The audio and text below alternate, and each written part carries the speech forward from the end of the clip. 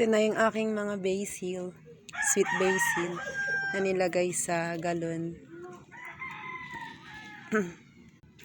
Malalaki na sila, tapos malalago. Magaganda yung tubo, and then walang insekto sa kanilang mga dahon.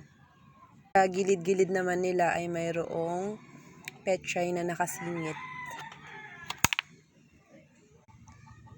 Nung una akong nagtanim ng sweet basil dito sa amin, sa area namin, naubos lang ng insekto kasi hindi ko siya tinanim sa my net. Nasa open lang siya na area. Pero ngayon na dito ko sila nilagay sa loob ng greenhouse, ito na, magaganda na yung kanilang tubo, tapos hindi na sila nalalapitan ng insekto.